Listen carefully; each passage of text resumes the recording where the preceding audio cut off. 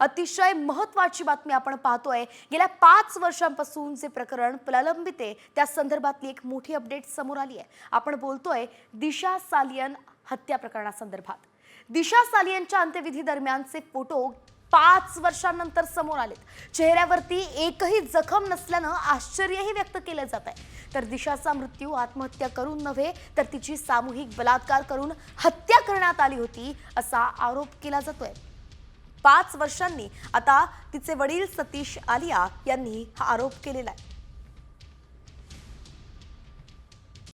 Comscore नुसार आता isakal.com आहे देशातील नंबर 1 ची मराठी न्यूज वेबसाईट। प्रत्येक अपडेटसाठी isakal.com ला नक्की भेट द्या। आता हे जे सांगतात त्यानुसार यांचं म्हणणं योग्य याच्यासाठी आहे की ते स्वतः या प्रकरणाचे साक्षीदार आहेत, काही काही गोष्टींचे, आणि त्यांच्याकडे पुरावे पण आहेत, काही फोटोग्राफ्स आहे, व्हिडिओ आहेत, आय विटनेसेस आहे, म्हणून त्यांनी माझ्याशी संपर्क केला। डेड बॉडी त्यांना परत देण्यात आली अंतिम संस्कारासाठी।